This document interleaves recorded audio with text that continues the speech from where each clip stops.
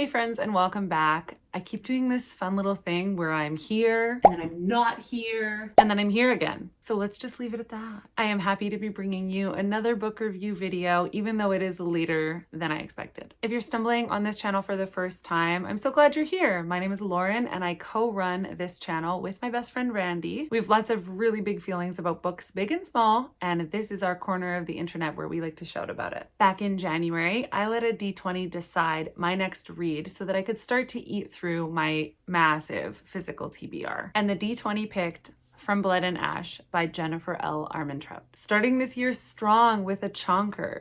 This isn't the only book that I've read since the last time we chatted, and I will make sure to mention the others at the end of this video. But let's get into it! From Blood and Ash is a fantasy novel about a group of royals that are living under the constant threat of this group called the Craven, under the greater umbrella of the Atlanteans, who are ruled by the Dark Prince Castile. And these people are sort of rumored to be basically bloodthirsty vampires, or at least that's what we've been told. Our main character, Poppy, short for Penelope, is a virginal maiden of sorts who's been brought up like a special little snowflake, and she's soon going to get the opportunity to ascend. She is constantly veiled and protected by the kingdom, but little does the kingdom know that Poppy is not like other girls. She has a dagger, and she knows how to fight. Her closest confidant is her primary guard, Victor, and he's kind of like a father figure to her. And then she also finds companionship with a sort of lady-in-wait type character named Tawny. As the book draws on, we meet the character Hawk, who ends up becoming her royal guard. If you've seen this book talked about for even like 4 seconds, you know that it's smutty, so there is a romance plot as well. For the next few minutes, I'm going to speak in a little more detail about this book, and as a result, there will be some spoilers. So if you haven't read this book and it sounds interesting to you, I would skip to the next chunk.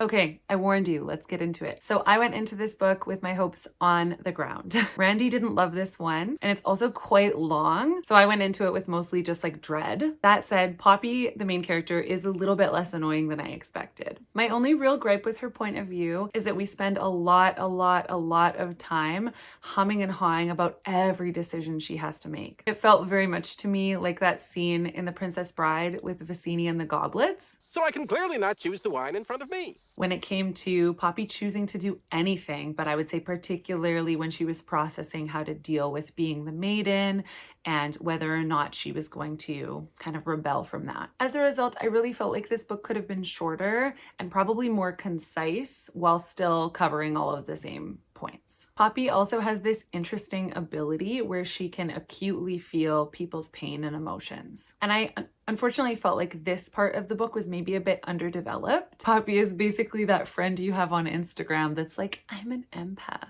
But I feel like we only get a small taste of this subplot where Poppy is going to sort of take pain away from people who are going through this process of being turned and whatever else. One other gripe that I have with Poppy's character is a gripe I think I have with this type of character in general, and it's when a character is just luckily equipped with all of the things that they need in order to succeed in the context of their story. You're telling me that Poppy has never seen a wiener, but she's basically an MMA style fighter? Make it believable. I could think of countless other examples of books like this, but I want to see a main character have conflict and struggle rather than like immediately be like so good at chess or so good at wielding a sword or so good at fighting. It's hard to root for an underdog when they're not truly an underdog. All of this said though, I had to scoop my jaw up off the floor when Poppy obliterates Lord Mazine. She takes off one of his arms and then his other hand and then lobs off his head, and I was gagged. Speaking of unbelievable though, I was a little thrown by the fact that there wasn't any consequence for this action. We do find out that the kingdom is quite corrupt, but still, this is a high-level official and she just like murdered him in cold blood, and we don't see any consequences for that. Hawk, on the other hand, is exactly the kind of romance man that turns me into an idiot. He is described as being always in anguish. Yeah, please. There is something that you should know about me, and it's when a character is described as being tall, strong, dark, and brooding, rugged, I am picturing Henry Cavill. That man is Henry Cavill in my mind. No genre is safe. So with Hawk, pretty much right out the gate, when they start dropping hints that his skin is looking suspiciously glowy in the moonlight. Edward Cullen, is that you? Or that his incisors are a bit sharp? I know right away that that man is a vampire. But I will admit to you here today, YouTube, that I did not expect that Hawke was also Prince Castile. Me, with my proverbial little magnifying glass, really suspected that Hawke would take Poppy back to Atlantia and bring her before Prince Castile, and then in book 2 and so on, we might get a classic love triangle type of trope. But you're telling me it's the same guy? The dark brooding prince?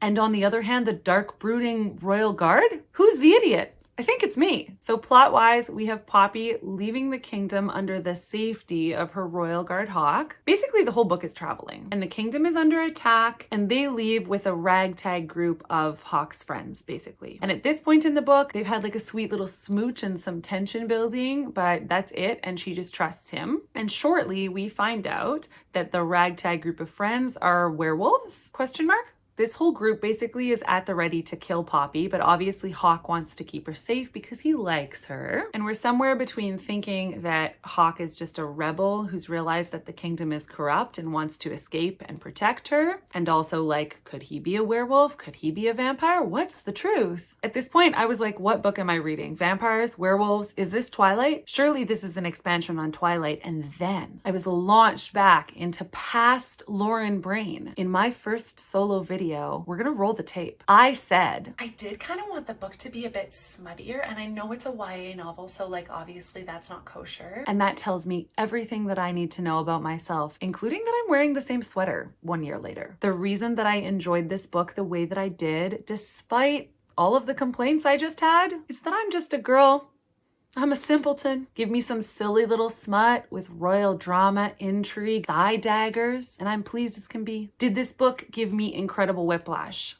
Yes. There's a scene where they're traveling together and Poppy realizes who Hawke is and she stabs him in the heart and then runs out into the snow, and Hawke somehow springs back to life, chases her, bites her, and then penetrates her right in the snow. Is it so silly? Yes. Did I kind of like it?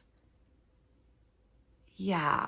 This book was insanely readable. It's super fast paced and there was always a character or several to be suspicious or wary of. And I enjoyed the process of reading it, even though I was rolling my eyes sometimes. Also, the smut scenes were hot, I'll say it. Would I recommend this book? I think it depends. If you can suspend a lot of your disbelief and just go in with the expectation that it'll be fun, I would say yes. If you like easy, non-complicated fantasy that is geared towards thirsty-ass women, yes. Do you like vampires? Yes. Do you like a whisper of werewolves? Yes. Will I read the second one?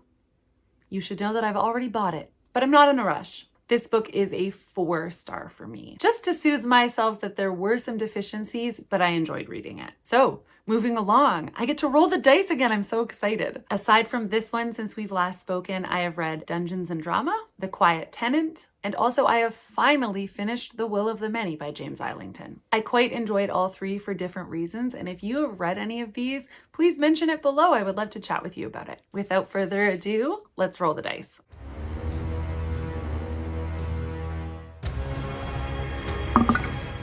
5, you guys. That means the next read for me is Armada by Ernest Cline. And I have to say, I am really excited about this. I have been in a real sci-fi mood for the last little while since watching Firefly again with my husband. I'm really, really excited for this. I'm actually currently reading Project Hail Mary by Andy Weir. And one of the next ones on my list is Golden Sun, the second book in the Red Rising series. And so I've just been like really in a space mood lately. So I feel like fate's on my side. If you liked this video and others on our channel too, consider subscribing. We would love to continue chatting with you about books, and we're just so happy you're here. And so like, subscribe, comment below, and we'll see you again next time. Bye. Mwah!